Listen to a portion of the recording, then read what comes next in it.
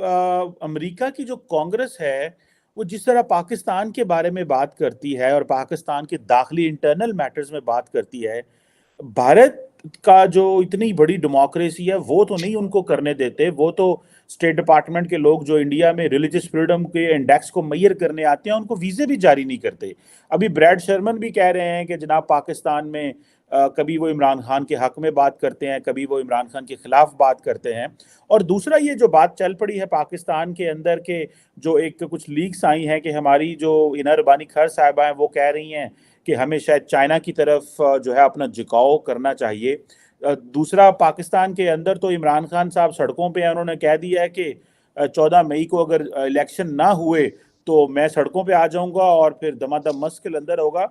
आपको क्या लगता है, हम मुश्किल से ही फाइनेंशियल डिफॉल्ट से बचे हैं तो आइंदा आने वाले दिनों में आपको लग रहा है कि मजीद पॉलिटिकल अनसर्टेनिटी की वजह से हम दोबारा उसी सियासी फाइनेंशियल दलदल में फंस जाएंगे? डेफिनेटली आपका आपका जो फाइनेंशियल इस वक्त आपके जो आप थोड़ी सी स्टेबिलिटी है, कुछ ऑक्सीजन मिली आपको थोड़े दिनों के लिए। मैं इसलिए कह रहा हूं कि आपकी दोबारा वो फेज आएगी, क्योंकि आपने अभी तक फंडामेंटल्स इकोनॉमी के ठीक नहीं किए। आपने किसी चीज पे ये फोकस नहीं किया कि यहां से एक्सपोर्ट क्या करना है, उसके बगैर आप नहीं बच पाएंगे। आपकी सिर्फ जो एक अपनी अगर देखा जाए तो पाकिस्तान के अंदर की इकोनॉमी, प्लाट आप कितने बेचेंगे? देखिए इस वक्त तो इकोनॉमी आपकी प्लाटों की है, रियल एस्टेट की। एग्रीकल्चर है, इस दफा खैर गंदम की फसल अच्छी हुई है, लेकिन आपने अगर सही तरीके से ऑर्गेनाइज ना किया तो आप माजी में गंदम भी इंपोर्ट करते रहे, हालांकि यूर एग्रीकल्चर कंट्री। फंडामेंटल्स ये अर्ज ये करना चाहूंगा कि उधार लेकर, कर्जे लेकर, खैरातें मांगकर आप कंट्री नहीं चला सकते जो 76 साल से चल रहा है। आपको फंडामेंटल्स ठीक करने होंगे, किसी ना किसी को, स्ट्रॉन्ग लीडर को। वो लीडर पाकिस्तान में मौजूद नहीं है इस वक्त। जो आपके लीडर हैं they are called hybrid leaders, train by the agencies, train by the establishment. और वो इत्तेजाज अब तो करते हैं कि हमारे पास पावर्स ही लिमिटेड थी, हमारे हाथ में नहीं है। उसका मैं सबसे बड़ी मिसाल ये देना चाहूंगा कि बाहर से जब आप उधार लेने जाते हैं तो आपने देखा होगा कि पहले बाजवा साहब जाते थे, आज नए आर्मी चीफ जा रहे हैं। तो जो पैसे लेकर आता है तो खर्चना, उस पैसे पे कंट्रोल भी तो उसी का होता है। तो ये देखा जाए तो एक हाइब्रिड निजाम है। अगर मैं बल्कि ये समझता हूं कि आर्मी चीफ साहब को चाहिए कि वो पाकिस्तान की इकोनॉमी के ऊपर तवज्जो दें, क्योंकि ये तो आते हैं और फिर बाद जाके कह देते हैं हमारे पास इख्तियार ही नहीं, और अपना पलड़ा झाड़ लेते हैं। This is not how the countries are run. अब मैं वो अमेरिका के ब्रैड शर्मन साहब की बात करना चाहूंगा। देखिए इस वक्त अगर देखा जाए तो सबसे पहला फैक्टर है, अफगानिस्तान से जब अमेरिका निकला है Pakistan became irrelevant, number one. सबसे बड़ी बात, वो जो पहले आपकी इंपॉर्टेंस थी वो वाशिंगटन डीसी में अब इंपॉर्टेंस नहीं है। दूसरा, इस वक्त सबसे बड़ी मैंने आपको बात बताई थी कि अब अमेरिका आपसे बात करेगा तो वो भारत से पूछ के करेगा। वो जकड़े जा चुके हैं, they are almost hostage in that relationship. उन्हें ये बावर करा दिया गया है कि हम ही आपको चाइना के खिलाफ बेहतर पैकेज दे सकते हैं, आप हमें पैकेज नहीं दे सकते। आप इस वक्त और जो रिसेंट अभी जो खलीलजादे साहब, ब्रैड शर्मन साहब, ये जो वो $30,000 महीने का पीटीआई वाले लाबी का दे रहे हैं, दैट इज वर्किंग। जो उसकी वजह से ही हो रही है। ब्रैड शर्मन साहब ने क्लैरिफिकेशन दी है कि मैं सियासी सपोर्ट में नहीं आया, मैं ह्यूमन राइट्स की सपोर्ट में निकला हूं।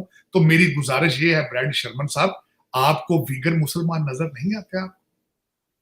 आपको मुल्क के अंदर आपने जो इराक तबाह किया है, इराकी आपको बच्चे नजर नहीं आते भूख से मरते?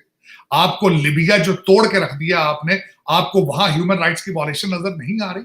आपको ह्यूमन राइट्स की वायलेशन अगले दिन बैतुल मुकद्दस में रमजान के अंदर वो घुस के जो उन्होंने मारा है, उनको आप कोई नजर नहीं आता। वहां आप अंधे हो जाते हैं। लेकिन जहां से आपके लाबिये साहब के दोस्त, जहां से आपको पैसे आ रहे होते हैं, आपको खलीलजादे साहब जितना अरसा पावर में रहे हैं, पाकिस्तान के सख्त खिलाफ रहे हैं, आज उनको इतना ज्यादा दर्द है, आज उनकी किडनीज में दर्द हो रहा है। कहते हैं जी इमरान खान साहब के बारे, हाय अल्लाह जी, मर गए खान साहब को कुछ ना कहा जाए, वो जो पीरनी को कुछ ना कहा, इतनी दर्द हो रही है मेरे को। तो मैं ये पूछना चाहूंगा, ये डॉलर वर्किंग, डॉलर में बड़ी ताकत है चीमा साहब, ये डॉलर की वजह। Otherwise Pakistan is completely irrelevant right, बिल्कुल इररेलेवेंट। और ये जो मैं वाहिद एक आदमी हूं 10 साल से चीख चीख के इनको कहता रहा हूं कि खुदा रहा वाशिंगटन डीसी पे तवज्जो दो, आपकी एडमिनिस्ट्रेशन को, एस्टेब्लिशमेंट को, आपके सियासतदानों को मैं मिन्नतें इनकी करता रहा हूं 10 साल से कि तुम्हारा कोई पुरसाने हाल नहीं है वाशिंगटन डीसी में, तुम्हारी कोई रिप्रेजेंटेशन नहीं है यहाँ पे, वो तवज्जो दो। लेकिन इन्होंने पिछले दौर के अंदर, मैं फिर दोबारा एक अर्ज करना चाहूँ, पिछले दौर में एक लॉबी फर्म को हायर किया गया, एक पाकिस्तानी जर्नलिस्ट उस गिवन एड्रेस पे गया, एक अपार्टमेंट के अंदर किसी ने वो खोली हुई थी लॉबी फर्म और ताला लगा हुआ था उसको।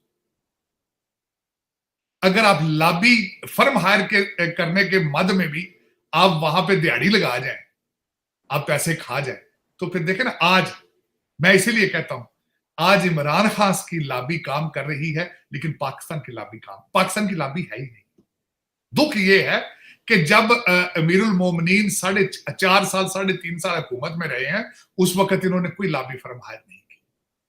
आज बिलावल भुट्टो साहब ने यहां अमेरिका में, वो मेरा मकसद है, पाकिस्तान तो वो लगता है दौरे पे जाते हैं, रिहाइश उनकी अमेरिका में, उन्होंने इतने रिलेशनशिप अपने जाती ठीक किए हैं, काश के पाकिस्तान के रिलेशनशिप भी ठीक करते। उन्होंने यहां पे हर सियासतदान को जाके बताया कि you need to accept me as a next prime minister.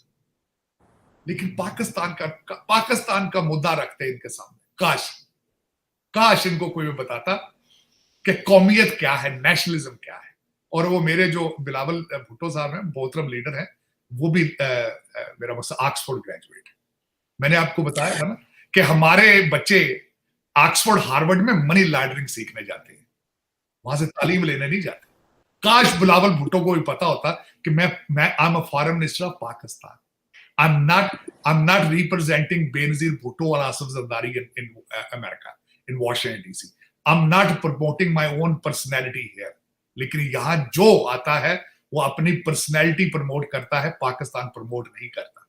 तो उसमें ये मैं बताना चाहूंगा कि इस वक्त अगर आप किसी को ये शक हो कि इनको जो इनके पेट खराब हो गया अमेरिकन कांग्रेसमैनों के, इनका कुछ नहीं, यू आर स्टिल इररेलेवेंट। और आपके जो हालात हैं वो आपकी मैं छोटी सी अर्ज ये करना चाहता हूं, दुनिया के हर कैपिटल में जब पाकिस्तान का नाम लिया जाता है तो सबसे पहले आता था माजी में आपका टेररिज्म, उसके बाद दूसरी चीज आती है कि आप उधार मांगते हैं, तीसरा फ्रॉड, और चौथा मनी लॉन्ड्रिंग। और जब भी मैं हैरान हूं, यहां पे आर्टिकल लिखे गए थे कि वजीर आजम यहां पे आया था पैसे मांगने, डेलीगेशन 300 बंदों का लेकर आया था, साथ कुक साथ पाकिस्तान से उसके आए थे, कैमरामैन साथ आए थे पाकिस्तान से, और यहां पे आर्टिकल लिखे गए थे ये पैसे मांगने आया। तो ये अगर आप इस तरह के, अब मैं एक छोटी सी, मैं आज आपको मिसाल दे, चीमा साहब, मैंने आज ट्वीट की है सुबह, आपके प्राइम मिनिस्टर शहबाज शरीफ साहब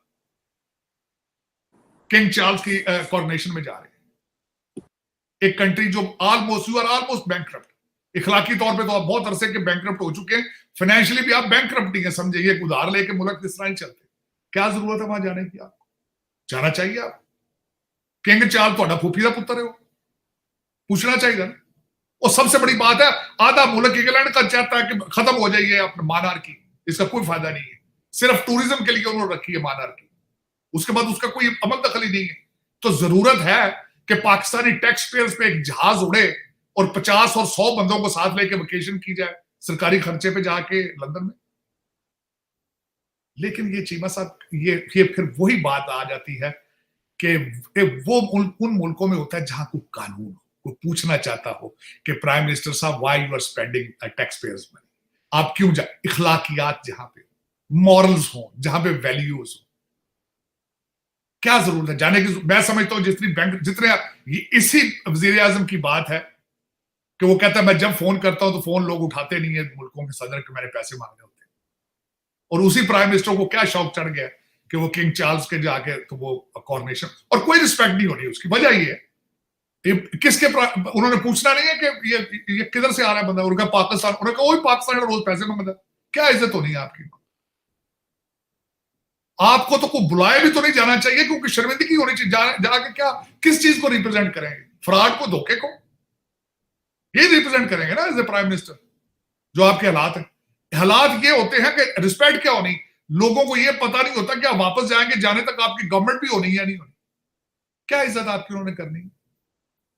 लेकिन फिर वही, ये कोई इनको समझाए तो समझे। मैंने पिछले व्लॉग में भी मैंने आपसे अर्ज की थी कि जहां पे 200 400 साल पुरानी यूनिवर्सिटियों की डिग्रियां खत्म हो जाए, फेल हो जाए, हार्वर्ड, कोलंबिया, ऑक्सफोर्ड, कैम्ब्रिज, वहां के हजरात जो पैदा ही, मैंने कहा था एक बंदा पैदा ही हुआ था पाकिस्तान का हाईएस्ट ऑफिस होल्ड करने के लिए, उसको मैं देखता हूं, और फिर वो उसकी सास की वीडियो निकलती है, मोहर्रम से कोई नहीं, पता नहीं किस मुंह से फिर बैठते हैं लोग। मेरे तो, मैं आज बस शाह ने एक लास्ट चीज मैं अर्ज करना चाहता हूं।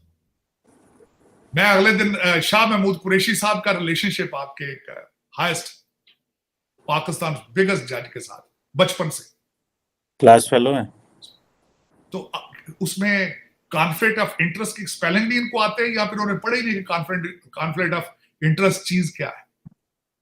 और उसको सिर्फ शाह महमूद कुरैशी को वहां पे सिर्फ इसलिए उस डेलीगेशन का हिस्सा बनाया गया, परवेज खटक को और असद कैसर को निकाल के, सिर्फ इस वजह से कि ए भाईजान का रिश्तेदार है, भाईजान को तो रिलीफ मिलनी। ये जज है जिस मुल्क के अंदर बेंच अनाउंस करने के ऊपर लोगों को पता चल जाए इसका फैसला क्या है, वो क्या अदालत है। जिस बेंच को देखकर लोग कह रहे इसका फैसला ये होगा, उन जजों का हक है कि वो उस पर जजमेंट दे। फिर कहते हैं कि दुनिया में 140 में से 128वां 129वां से नंबर है आपका, ये अदालतें हैं, इसको कहेंगे आप अदालत। फिर कहते हैं इसको कहते हैं कैंगरू अदालतें।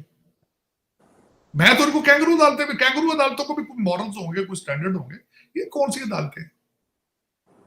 लोग चीमा साहब ऐसे ही नहीं पैदल भाग रहे पाकिस्तान से, जहाजों वाले तो टिकट लेके भाग रहे हैं, जिनकी टांगें काम करती वो पैदल भाग रहे हैं।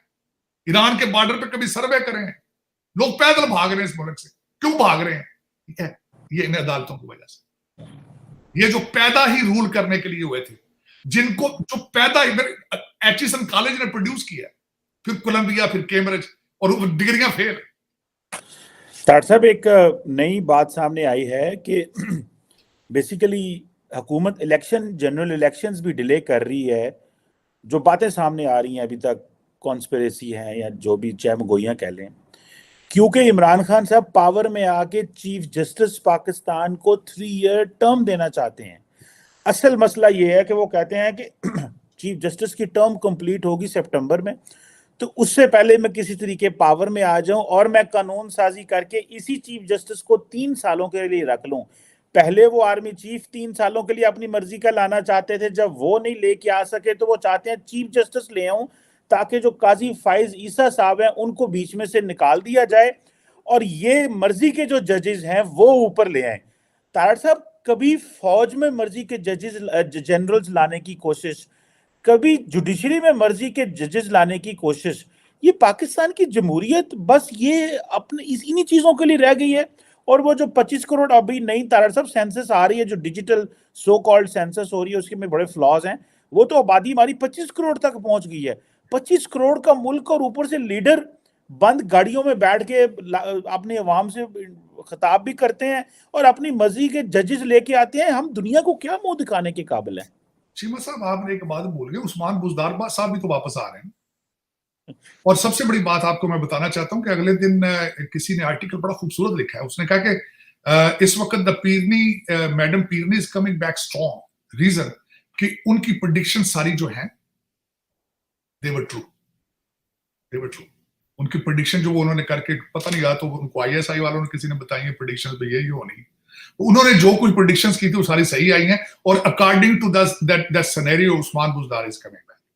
और उसमें देखें चीमा साहब, खान साहब वापस आएंगे, ना सिर्फ वो जज अपनी मर्जी का रखेंगे, ये भी एक सिनेरियो डिस्कस हो रहा है, हो सकता है आर्मी चीफ भी अपनी मर्जी का लेगा, ये भी उनका इस्तेकाक है। उसके बाद इलेक्शन कमिश्नर अपनी मर्जी का लाएंगे, उसके बाद वो हर चीज वो लाएंगे जो बनीगाला से ऑपरेट हो, रिमोट कंट्रोल, वो सारी चीजें लाएंगे। और एक और भी है, मैं अगले दिन किसी का, मैंने आज से कुछ अर्सा पहले एक आर्टिकल पढ़ा, उन्होंने कहा इमरान खान का इलाज भी इमरान खान है। वो इस तरीके से ये कैलकुलेशन है उनके, क्योंकि इनके पास इनका पहले रिकॉर्ड मौजूद नहीं था। इस वक्त आपके पाकिस्तान के जो दानिश्वरी